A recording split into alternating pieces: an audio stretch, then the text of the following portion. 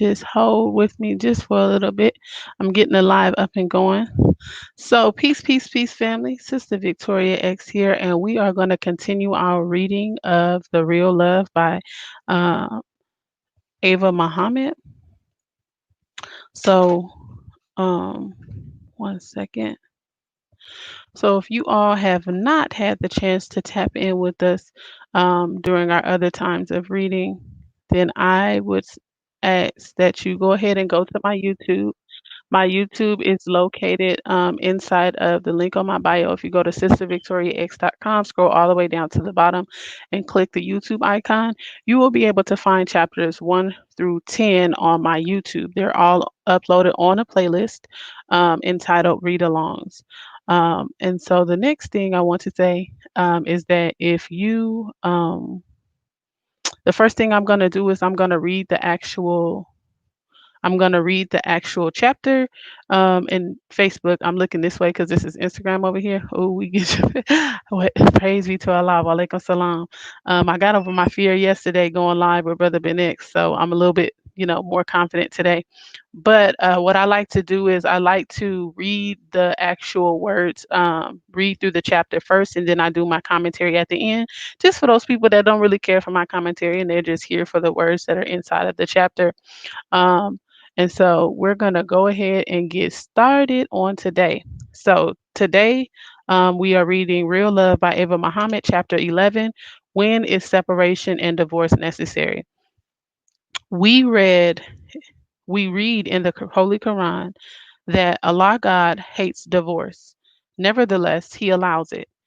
And there is a surah chapter entitled Divorce.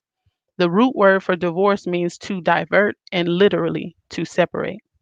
When it is applied to the dissolution of marriage, it usually due to some incompatibility that cannot be overcome or some conflict that cannot be resolved. It often means there is not enough compassion left between the partners that they are willing to do what is necessary to resolve it. This does happen in life. Divorce has become too common in this society. Some have speculated that if it were not so easy to marry, there could not be so much divorce.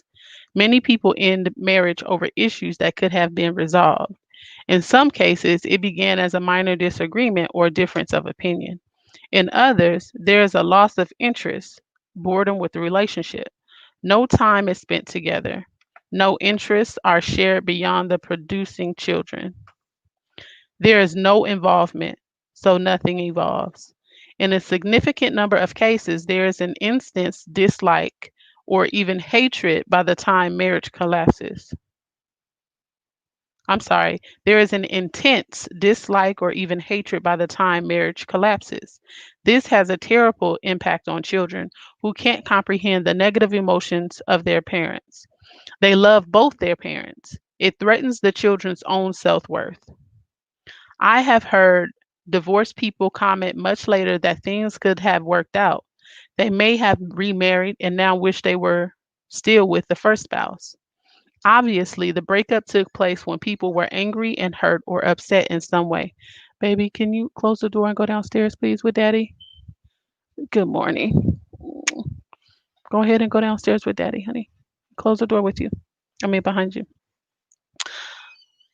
Obviously, the breakup took place when people were angry and hurt or upset in some way, so judgment was clouded. The problem is exaggerated when you run to others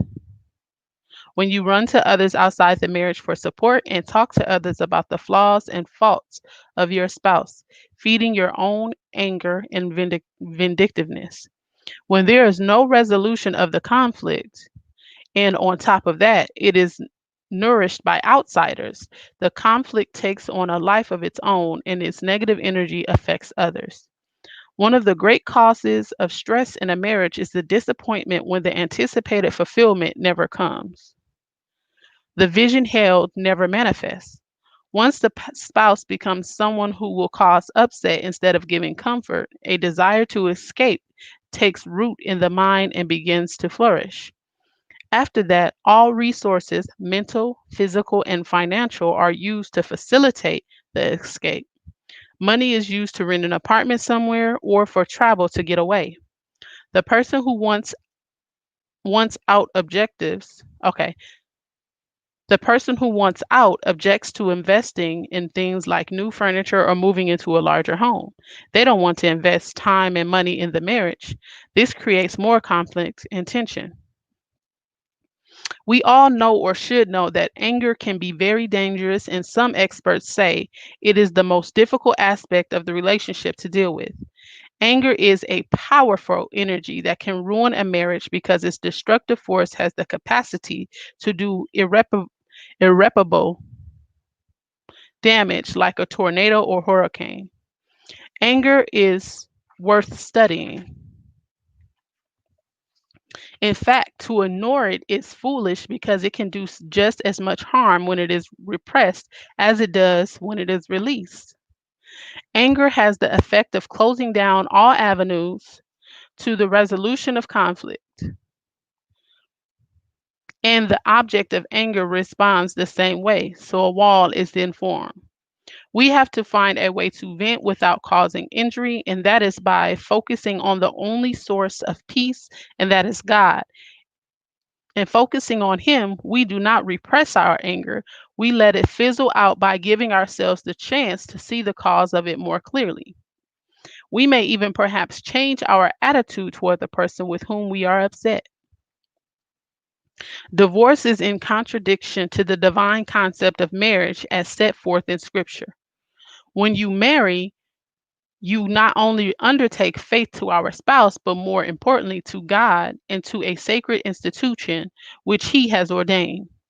In Islam, as well as Christianity, the couples are required to make the greatest effort to establish the marriage with the help of Allah God. It is not a private affair, that is, nobody's business. The couple's family, friends, and fellow believers have a constructive part to play in the marriage. The two individuals who enter the relationship are themselves in the process of growth, and individual growth may conflict with the growth of the relationship. Their individual agenda may conflict with what is best for the marriage at a given point in time. So it is critical to seek God's assistance together in prayer and through practice of the faith. A strange aspect of separation and divorce is the tendency to assume that a new spouse will be perfect. Rather than spend time trying to select someone new, even while still married, we should spend some time attempting to transform the current relationship into its next stage, which will result in its survival. If your spouse has been your trusted friend for a number of years, you should avoid becoming one another's archenemy. No matter what, there are some situations where it is best for each one to go his or her separate ways. There are some marriages that are simply the result of bad judgment or circumstances have made too difficult to cope with. Some relationships are just not meant to be. We have to be rational and use common sense here. The fact of the matter is, it is not rational to continue a marriage where you are being mentally and or physically abused, or your partner is so totally disagreeable to live with that you are under continuous stress. Obviously, it is not desirable or necessary to remain with someone who cannot be faithful. Finally, if the person has a completely separate existence, though you share an address, telephone numbers, and even a few children, you need to get out of it because you only have one life to live. So, what can we do to stay together? First, we have to realize the truth of two principles Minister Farrakhan has given us. One, struggle is ordained. Two, there is a difficulty factor attached to everything of value. Do you know anybody? Have you even heard of anybody who is happy all the time? Certainly, many people have a greater sense of well being, but who is completely satisfied with their life? Every human being must face problems and frustration. Just the fact that we are born with fear makes this a fact. We have to resolve our fears throughout life: fear of failure, fear of not getting what we want, fear of losing what we have, fear of death. If we keep this in mind, we will not be as quick to give up on a relationship. We must learn to have compassion for ourselves and for others, and this will increase our patience and tolerance for human weakness. For human weakness, the course given to us by Minister Farrakhan, Self Improvement: The Basis for Community Development, actually trains the mind to respond with compassion. This does not happen in a day.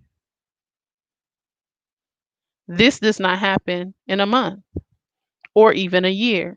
It requires prayer and practice.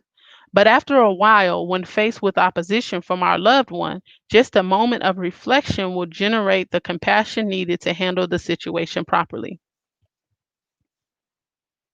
True compassion will prevent a minor skirmish from exploding into a major war. The root of compassion is the sincere desire for the well being of another. It takes many years to rise above the emotion into the thinking of God. The process of weeding out the selfish aspects of human nature is like picking pebbles off the beach by hand, but the rewards are immeasurable. So that concludes the reading of chapter 10. Um, when is separation and divorce necessary? Um, by inside of the book Real Love by Ava Muhammad. So now what I'm going to do is we're going to start the commentary portion. And so assalamu alaikum, peace family. Thank you all for tuning in. The first thing we generally do is go ahead and look at these comments. What are we reading, sis? Real Love by Minister Ava Muhammad, Brother Hashim. Let's see. I see y'all over here on Instagram. Yes. Hey, I see you. Great morning. Great morning to you. She loves wellness. Peace, Brother Jason. T Show, thank you for tuning in. I see you too, DDG, DG on YouTube. Um, Perfect. And so we're going to go ahead and get into the commentary portion of this, right? And so the beautiful thing about the way that Minister Ava has so beautifully written this book is literally is a pile up and build up of everything that she's said in prior chapters, right? And so some of these things I'm going to point out where she mentioned it in the just the last chapter that we read on yesterday, which was chapter 10, resurrecting the dead relationship. And she literally goes through a level of things that you can go through to get back to, being on evil plane with your partner. And she also gives shares the fact that there are 6 different levels to a relationship. So if you were not with us and you were not able to tap in on yesterday, chapter 10 will be streaming live on my YouTube today at 12 p.m. Pacific Standard Time. And if you have not read chapters 1 through 9 with us, it's also on my YouTube. Just click the link in my bio or go to sistervictoriax.com, scroll all the way down to the bottom, click the YouTube icon, and then go to the playlist read alongs, because that's where all the read alongs for this book is. So the first thing that kind of got my attention inside of this chapter, it says, it often means there is not enough compassion left between the partners that they are willing to do what is necessary to resolve it. This does happen in life. That is so like key, because sometimes I think now there's been more of an increase of the awareness that marriage is work.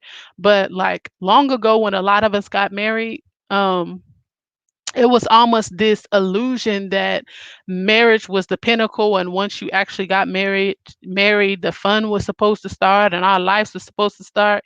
And there really wasn't that much of an emphasis on the work necessary to keep marriage up and going, right? And so a lot of times, because we were not properly prepared, partially because a lot of our families, like we're a lot of us, I don't want to say a lot, but a large majority of us, which is the same thing as a lot, please disregard. A large majority of us grew up in single parent households, right? And so part of it is the fact that we never got to see marriages work out, right? We never had people inside of our families that knew about the work that it took to stay married. And so soon as we get into an argument, we thinking about divorce. Soon as our partner doesn't agree with something we're talking about or thinking about, and it becomes a big thing in an argument, we thinking about divorce. our minds be so ready and focused on quitting because we were never properly prepared in the first place. And that starts from the courting process, which is so essential. And we talked about that a couple chapters ago as well, when it was talking about how the commentary part, we were talking about how necessary the courting process is. If you are dating, or if you're just going around and you're what do they call it, talking to people, the marriage part, you never get to the important parts that you need to know to identify if you want to marry someone. So by the time you get to marriage, that's when people really get comfortable because they're like, we locked in now. So you could get all of this that I was holding back while we were dating or while we were whatever. That by the time the trouble comes, then we really stuck and we ready to go. So it was so important that she said that it often means there's not enough compassion left between the partners, and they, meaning they both, are not willing to do what is necessary to resolve it. You cannot save a marriage if you're the only one working to save it. Walaikum salam, Sister Denise. You cannot save a marriage or relationship if you are the only one willing to save it or work to save it. And so that was very important that she pointed that out. Um, and then I kind of looked at what she was saying here. She said, no time is spent together, no interests are shared beyond producing children. There is no involvement, so nothing evolves. And so when I read that, I actually thought of the reverse, right? I'm thinking of, in order to alleviate getting to the point of wanting to divorce, there has to be some level of time that you have to spend with your partner, right? How often do we really get down and just spend quality time with our partners? She said, there's no interests are shared beyond producing children, right?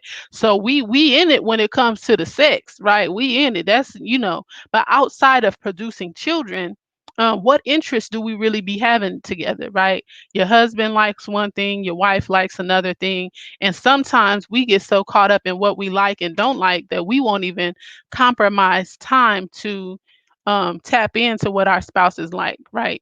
So we don't have to like everything that they like, but the more time we spend with each other, we can identify the things that we actually like together. And sometimes that's simply killing your ego and being willing to actually go to your partner and maybe spend some time with them on something that they like that you think you don't like, right? And in the act of spending that time with them, you figure out, oh, okay, this is not too bad. Maybe I do like this. Right. But we don't take enough time to actually spend quality time with each other. Hey, Nina Simone. Hey, my wife style life. Thank you for tuning in. And so I thought that was very important that she said there is no involvement, so nothing evolves. In order for something to build, in order for something to evolve, time has to be spent on it. That's the same thing in business. There's no way that you can build a successful business without spending time on it. And a lot of us like to say marriage is a business. Well, we got to spend some time in that thing, and it's outside of the bed because we know how to spend that time.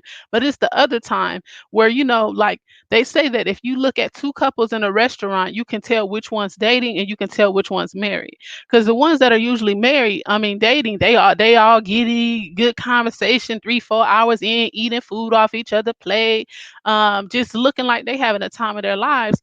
But those that are married, they usually got their head in a play, very minimal conversation. They just kind of eating. So we have to get back to the dating phase, even within our marriage, and find time to carve out quality time for each other. And so we're gonna move on. And there was another point where she says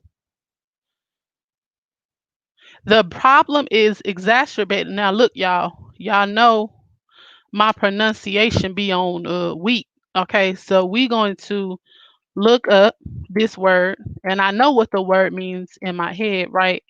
Like basically blow it out of proportion. We're gonna make it worse, right? But I need to figure out how to pronounce it. Okay, exacerbate. That's what it said. Exacerbate, which means make a problem, bad situation, or negative feeling worse, right? So she said the problem is exacerbated when you run to others outside the marriage for support and talk to others about the flaws and faults of your spouse, feeding your own anger and vindictiveness. And we went over this. She kind of covered this yesterday too when we were talking about how to basically save a marriage, right? Or save a relationship in general. We like to run our mouths to, I'll say, we like to run our mouths to the wrong people, the people that don't have no interest in saving your marriage, but it's the people that's single that want you to get out of your marriage so that they can have a little single friend to chill with, right? And so a lot of times we get so frustrated with whatever is going on in our marriage, and we don't feel like we can appropriate properly talk to our partner. So we talking to whoever will listen sometimes, right? She said, keep others out your marriage. Teach. And like I said yesterday, if you all go look back at the video, that was a problem because us as women, we always feel like, um, or men too, bros before, you know the rest, sisters before misters. We have this idea in our mind that once we get into relationships, we can't lose ourselves. We don't want to be looked at as fake, or we don't want to make our partners look like they changing us, when in actuality a change is occurring. Okay. A change is occurring, right? Because if you was going to be the same, you would have stayed by yourself. And so sometimes we'll allow our fake allegiances to people, give them access to places they shouldn't have access to, like our marriage, especially when they've already showed pride in the past that they have not been in support of your marriage. They told you he wasn't nothing. They told you that you could do better. They told you that you need to find something now. They told you you didn't need to be in a relationship. So why on earth would you go to the same people that told you you shouldn't even be in this marriage to find some kind of solace or some kind of solution, right? And for me, I think that some people say keep people out your marriage, right? Change is inevitable in marriage. Change, what she say? Change the stories I could yes, man, the stories I could tell. But to me, I think that of course we always go to Allah and prayer first, right? But this other thing is we have to realize is that Allah do sometimes talk through people, right? So if you are someone that's going to speak to someone outside of your marriage, make sure it's somebody that's in support of your union. Make sure it's somebody to me, like some people be like, it don't matter if they married or not. You know, the truth is the truth. I feel as though if they're not married, there's certain things that they just they just can't understand. She said, "This is why you're my sister." Yanni in the building. There's some things that they just cannot understand. They cannot comprehend. Now, maybe if they're divorced and had a marriage in the past, they can understand a little bit more. But if it's a single person, there's no possible way that they can understand what you're going through enough to tell you what to do next. So I would say make sure that you have, a person that you Taji's birthday today. Oh, sorry. You know them notifications be popping up. Find the right people to talk to, because I have people that, well, not people, because y'all know I don't really have too many friends, but I have a person I talk to and she will get me all the way together. She be like, that's no, that's your fault. Why are you blaming him, sister? And I'll be like, you right. So that's very important. Don't go to the people that you know is going to tell you to get a divorce. Don't go to the people that you know going to tell you you an independent woman, girl, who he is, or the same for the men. You know what I mean? Go to the people that are in support of your union and that are going to give you right advice, even if that means telling you you are wrong. So we're gonna move on. Okay, so this is very important. One of the great causes of stress in a marriage is the disappointment when the anticipated fulfillment never comes, right? We got to stop having these blind expectations from our partner, holding them accountable to the blind expectation, and then never telling them. I would write, one of my sisters checked me good. I had to take a look at my girl. When they check you, you be mad at them too, because you be like, you supposed to be my friend. What is you saying that? But then you have to be like, you right.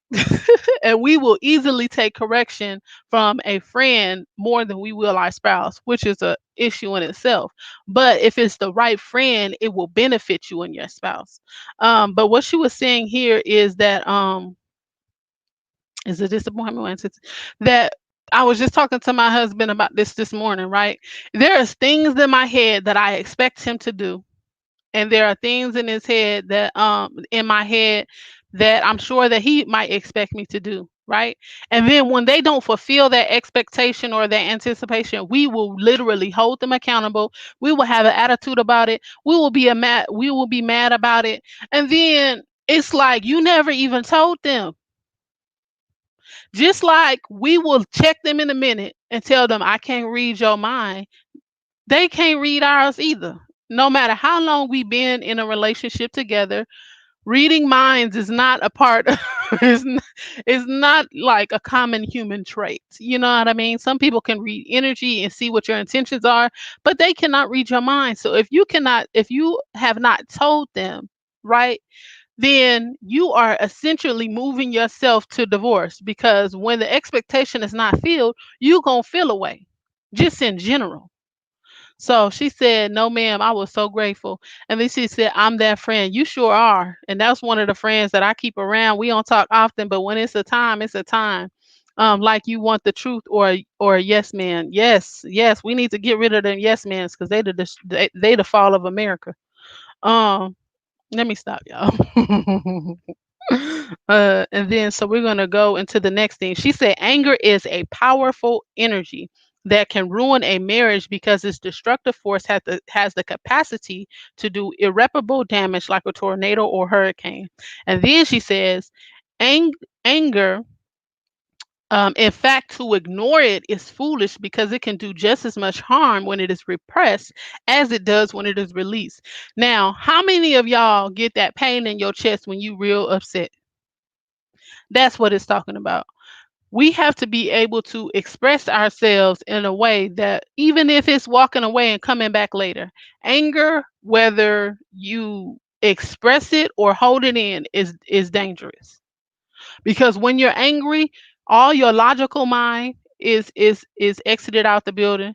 Most of the time your compassion is exited out of the building, and you say things that you know you do not mean, and then you got to come backtrack.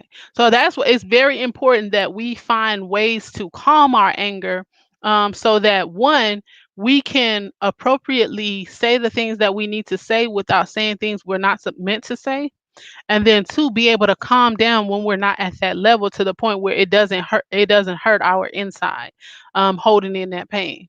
So we have to get a very more in control of our emotions and say, I'm not at liberty to talk about this right now. I'm not emotionally intelligent enough to have this conversation.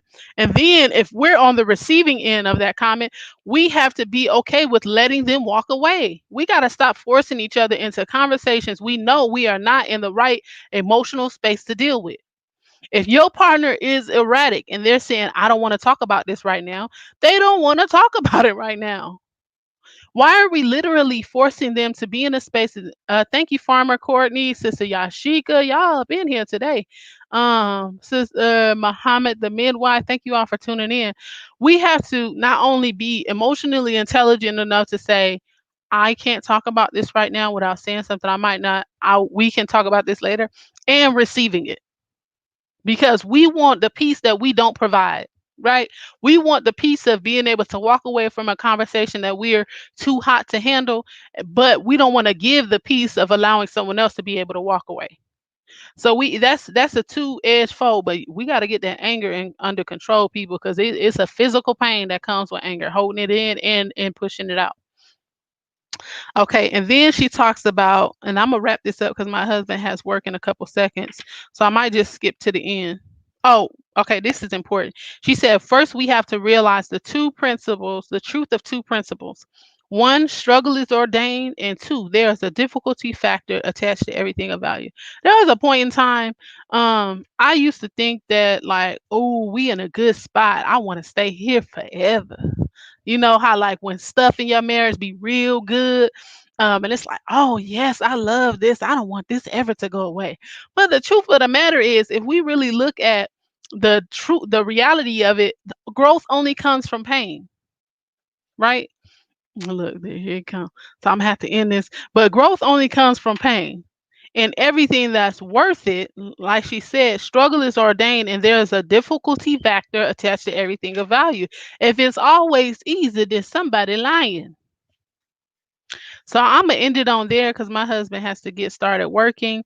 Like I said, chapters 1 through 9 are on my YouTube already. If you haven't had the chance to tap in, go to Sister Victoria X.